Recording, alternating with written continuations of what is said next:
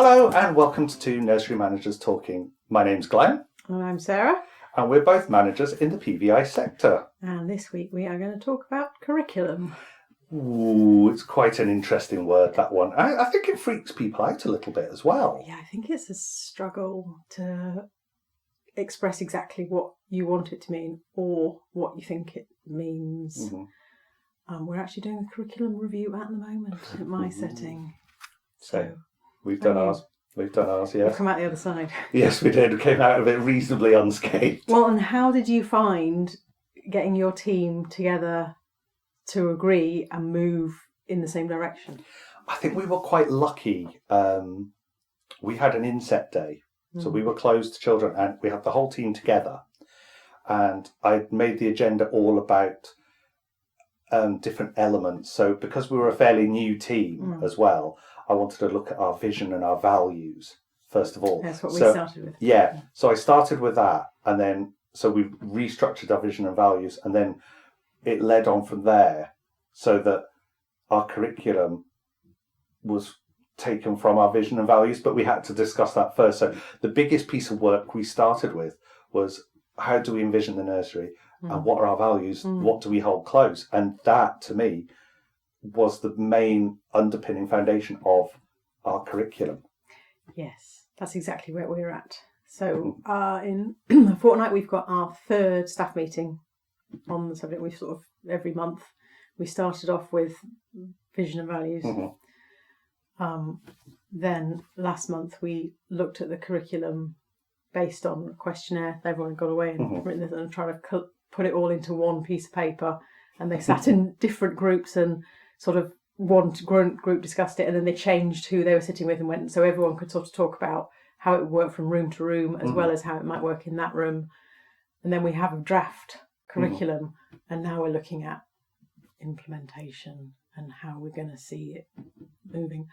But I think the biggest thing for me is birth to 5 or development matters versus curriculum, and getting everyone to see that they don't have to wrap their arms around every statement.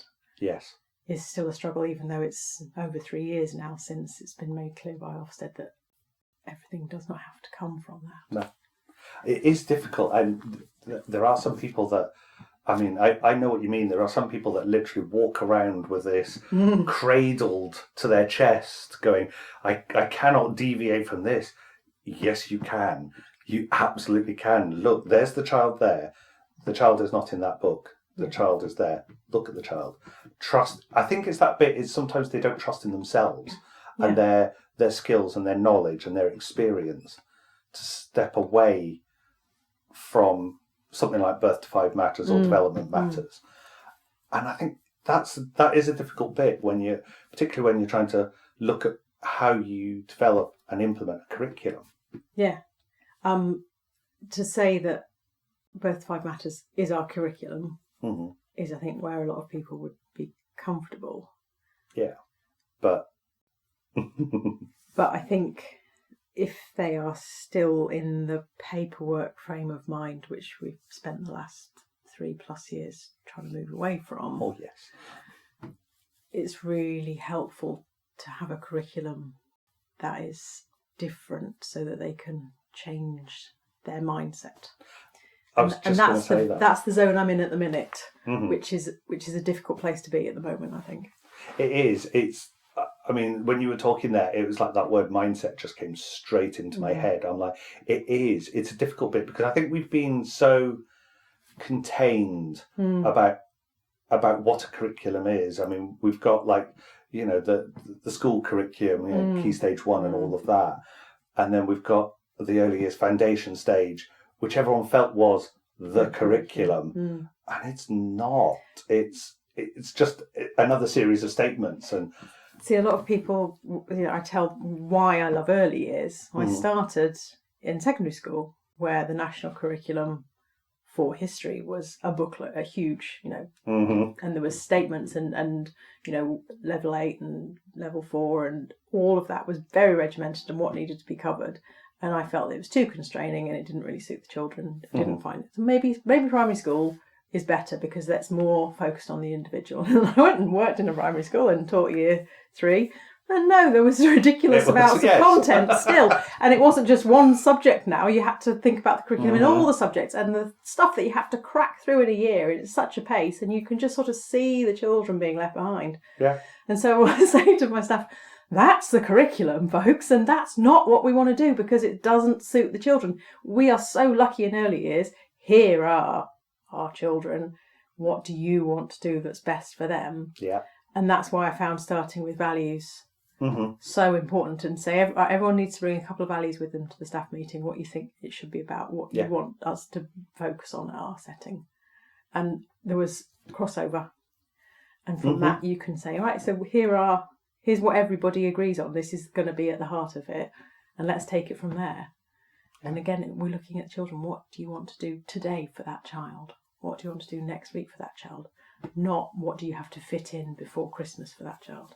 I think it was interesting, going back to the values part there, that, everyone in your staff team brought in their value or, something, and there was a lot of crossover. We did it as a whole staff team in one go. We mind mapped and everyone just shouted out words or phrases and we just popped them down.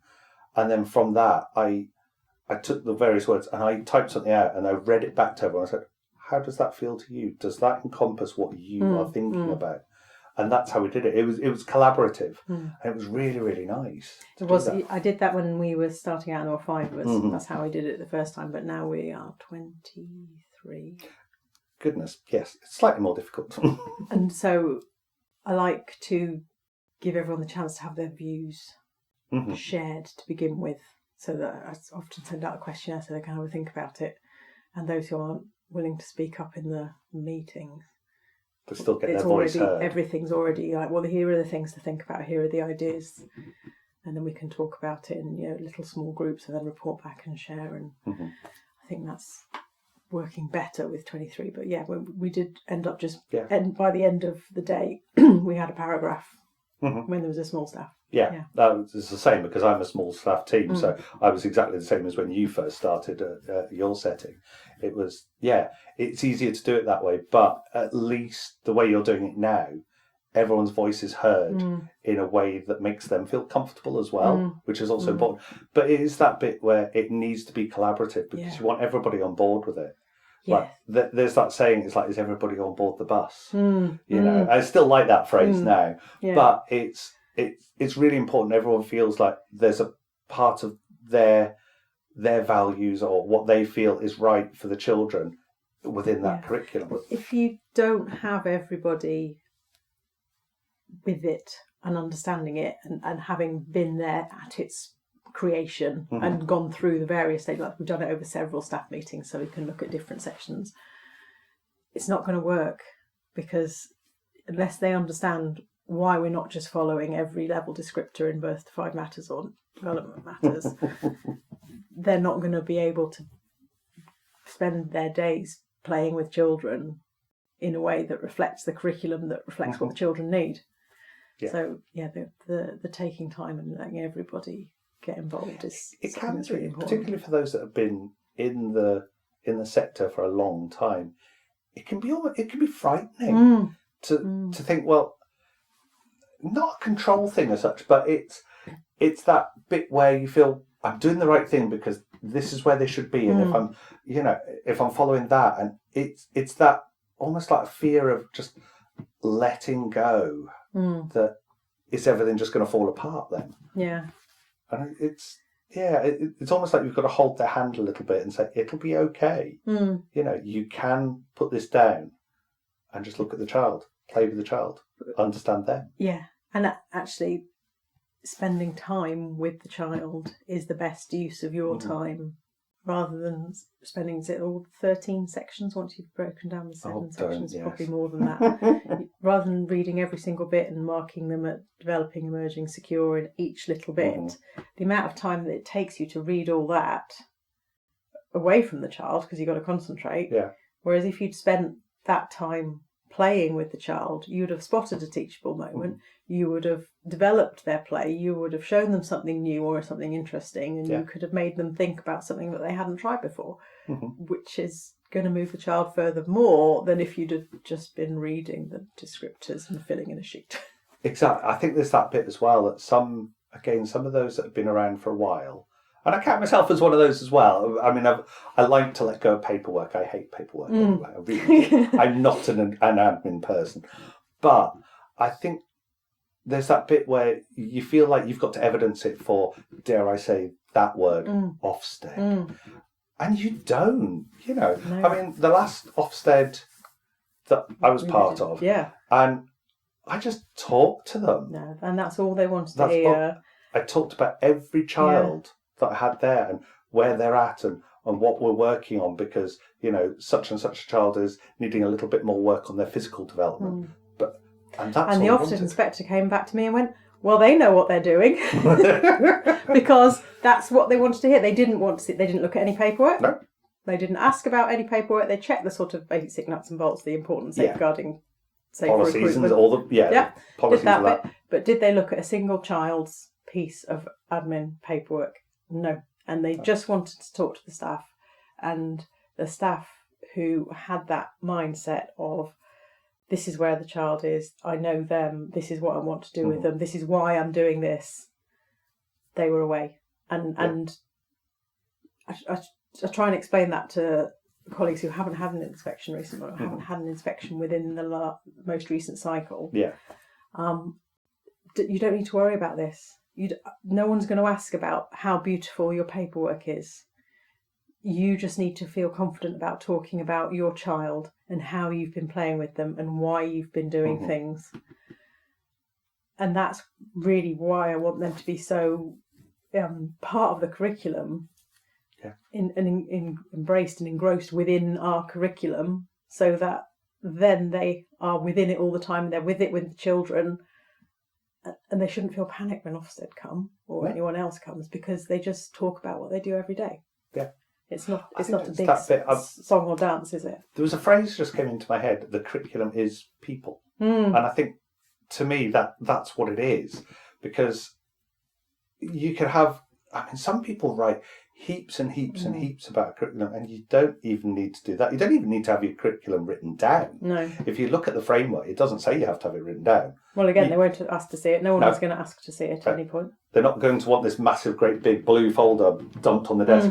This is our curriculum. They don't care about that. They want to see it in practice and people to be able to talk about it. And I think that's the bit. It's like, if people can talk about the children, then they're talking about the curriculum at the same time. Yeah, exactly. Because they're putting into practice the curriculum. Yeah. So it's a difficult one as well to kind of, for some people maybe to wrap their heads around, that actually your daily practice is a curriculum. Yeah. Which is mind-blowing. Yeah. Because I think, I really don't know what the dictionary definition of curriculum is. Because if you say curriculum, people think written document. They do. It's that automatic thing that you go to. Yeah. It's like, okay, it's national curriculum. Yeah. I think I remember seeing some of the documents for when that first came out, because I was in secondary school when that came out, and they were huge, grey folders. Yeah. I mean, I remember as well being in Scotland at the time when Curriculum for Excellence was launched. I mean, up until this year, I still had my folder with it in. It weighed a ton, and I never looked at it. It's so paperwork heavy. It's awful, because you think, well, I'm trying to box in a child, because the Curriculum for Excellence in Scotland is really tricky, because it's from ages 3 to 18. And that's a long time, and it's all the same subject headings right the way through. Obviously, the statements are different, and there's different levels. I was going to say key stages, that's included, but different levels. So early years was the early level, but that was ages 3 to 6, up until their year 1 in school. Right. Because in Scotland they don't do a reception year. And it was mind blowing with that one, and I felt very penned in. Well, that's how I felt working in schools. Yeah. So I mean, I totally get what you were feeling there, because you're like, I'm trying to box this child in, and this child doesn't fit this curriculum.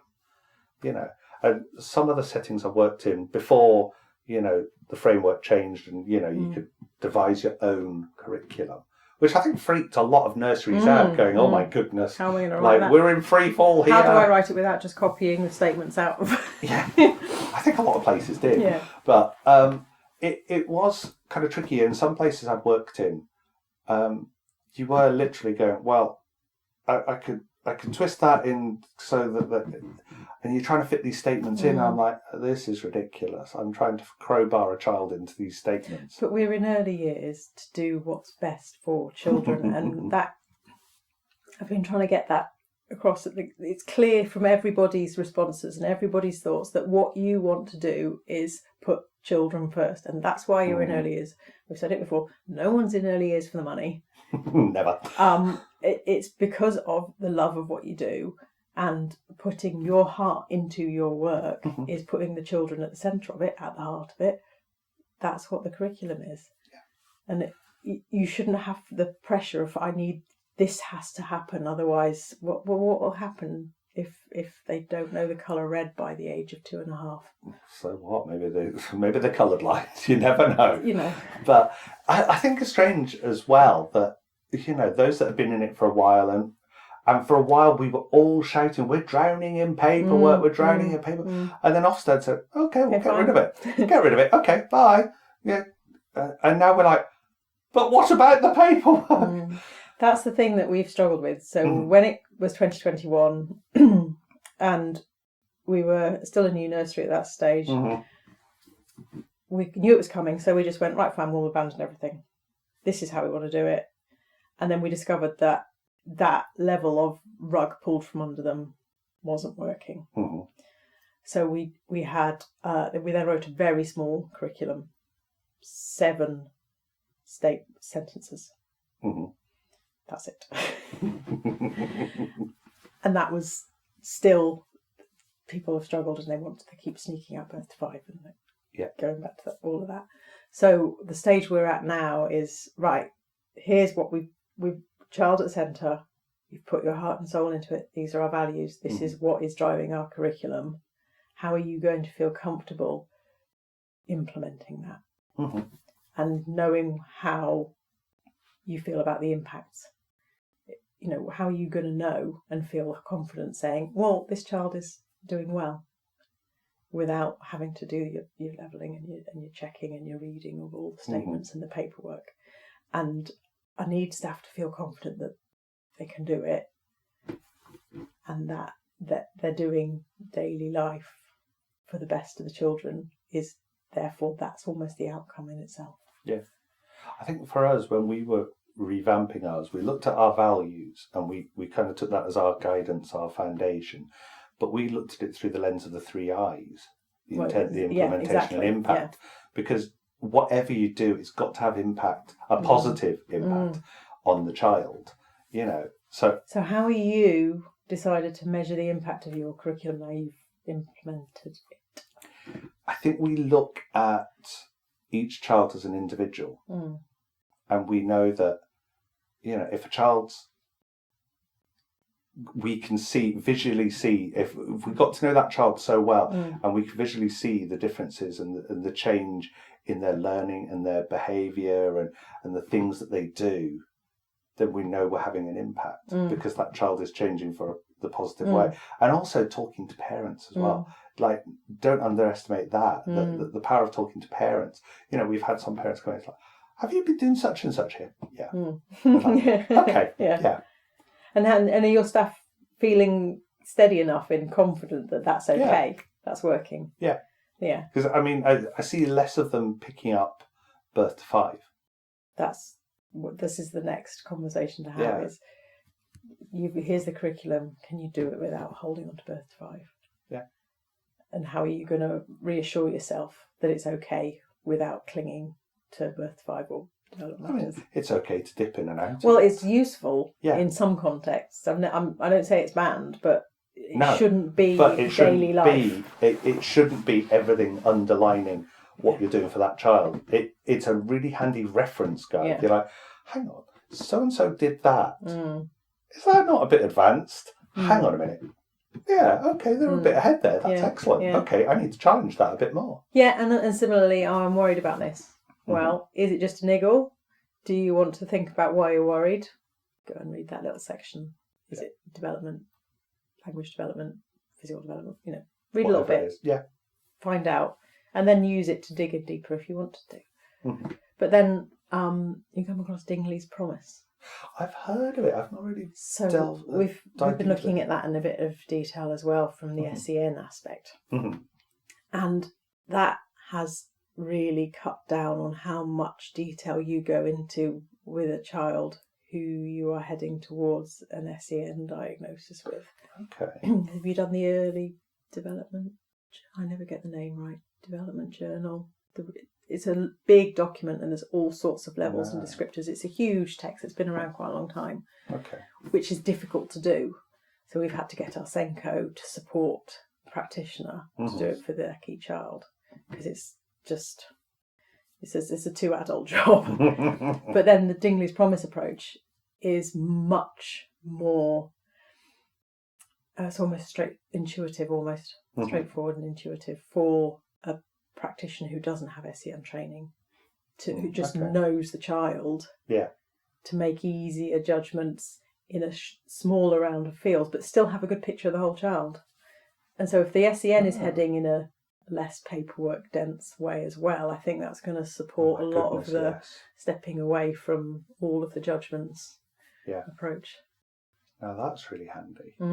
That is really handy because I think as well, if we're treating each child as an individual and you know that a child has SEN and needs that extra support, you are literally jumping through hoops and writing heaps about them, and it's like enormous amounts. But I know this child, and it was frustrating. And some children I feel, were missing out on the help that they needed because you were just having to jump through so many hoops to do it. I don't think it will make any difference to how much help you can access because the funding for that is not there. But I think it seems to be that the emphasis is on what you can do to support the child in your setting while you hopefully wait for more expert help. Yeah. And if you have more understanding and knowledge in your own setting, you feel a little bit more confident that you're doing the right thing. I think is all for the good to support that child. It's all about that. And I think if you're able to do that with SEN, it's easy to kind of flip it around for the curriculum, I think, or it should be. Yeah. And I know I do. I mean, I'm not sort of saying that those practitioners that have been around a while and that are desperately clinging on to their birth to 5 are wrong, but they just need to trust themselves. I think it's almost a confidence thing. It is. And it works out really well. It's okay to do what you think is best for the child. You don't have to think, sort of almost double think, what will Ofsted want me to be doing at this moment? What should I be doing?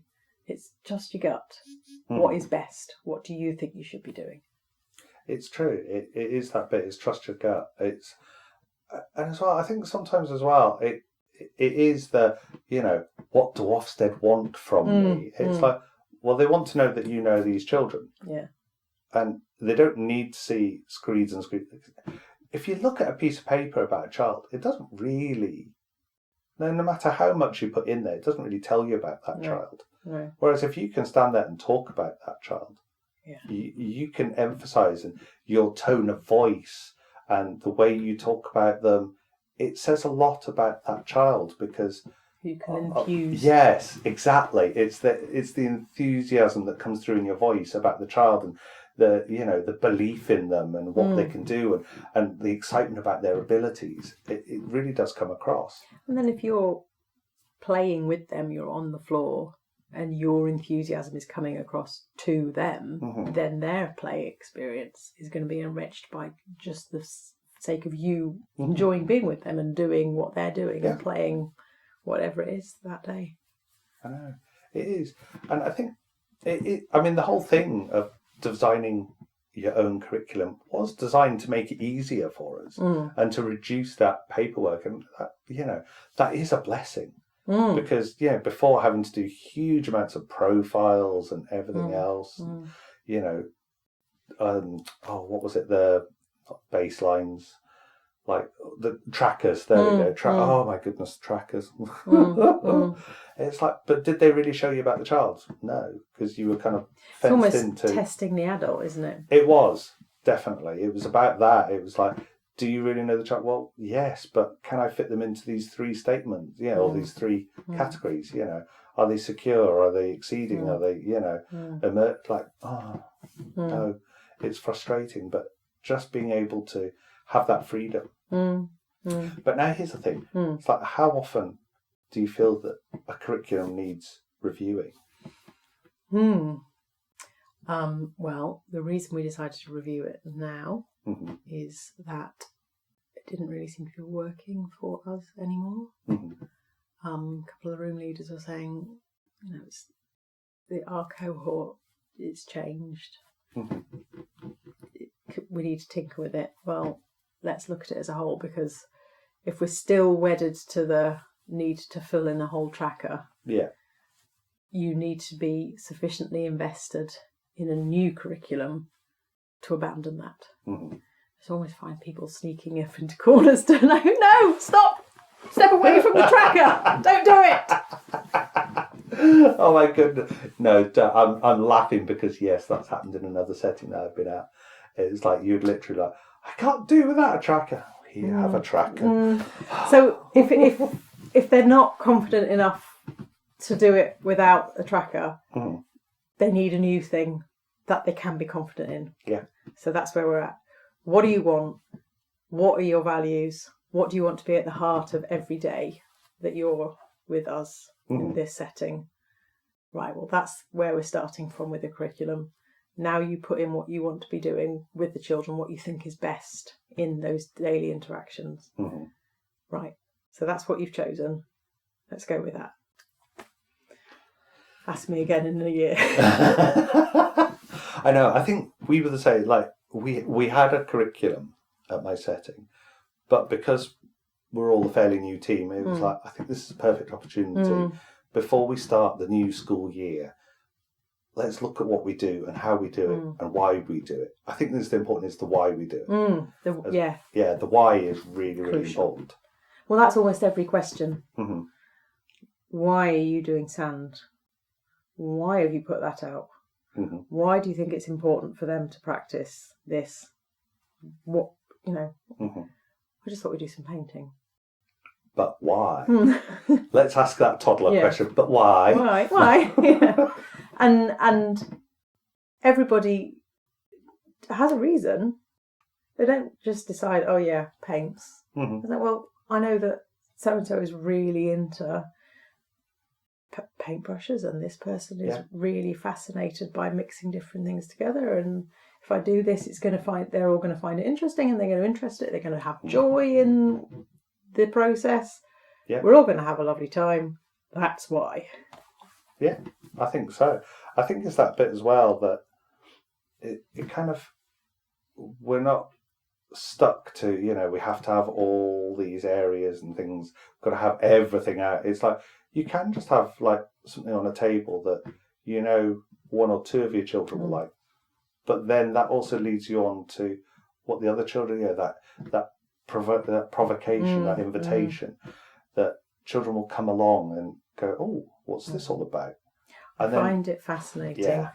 I always used to say to the younger toddler room and the babies that as soon as you stop doing something with them, that activity becomes invisible. They can no longer see it. If there is isn't an adult doing whatever it was, sort of swirling paintbrushes in bubbles was one time. And then something happened, practitioner had to leave, and all the children just went, oh, I'm just going to, look at the ceiling, and I'm just like, it's vanished. But actually, older toddler room, it's the same, still at the age of 3, some of them, as soon as the practitioner is no longer doing the activity. And I was observing the older toddler room this week, and they're coming in from inside, wellies, puddle suits, coats, gloves. You picture the scene. Usual chaos. Yeah. And then one adult sat down and started doing something, like bees around the honey pot. Ooh, interesting. What's this? And then another adult started another activity on another table, and another adult sat down and started doing something else in the corner on the floor. And then children were in 3 clumps around those adults. And there was 1 or 2 children that chose to access other areas of provision by themselves. Yeah. But the vast majority, even at that age, is interested by adult-led something or other. Yeah. I want to join in with this. I like it. Yeah. Because they know that, I think as well, they learn that, we're going to bring something different or something exciting. And it's like, I want to be a part of this. But then I think when they get to the preschool room, because they have had all of that adult-led play and supporting and the sustained shared thinking of, like, what can you do with this? They have got all of those skills embedded now. And the play that I observe in the preschool room of children doing it for themselves is phenomenal. And it's so lovely to have seen them through all of the different age groups to be now confident enough, having had all those adult experiences, to support them to have everything in place for themselves now. They've got that arsenal of skills and knowledge and experience that they can go and take it themselves. So, they are living examples of the curriculum. Yeah. That's them. The curriculum is them in their lives. How they live their life now is because of our curriculum. I think the main thing to talk about with the curriculum is don't be afraid of it. Yeah. It's just a word. Yeah. It's almost, we need a new word. Yes. Yeah. I'm just trying to find a new word that doesn't mean big, heavy, scary text. How about play? Play. Amazing. Who'd have thought? That underestimated word. You'll never guess what is top of our curriculum. Really? Starts with a P. And ends with a Y. Yeah.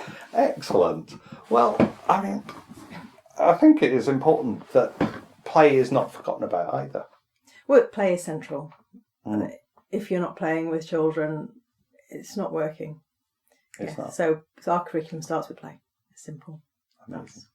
Well, time has caught up with us, I'm afraid. Yeah, we're out of time again, but I've thoroughly enjoyed it. I think, curriculum, it's not something to be scared of.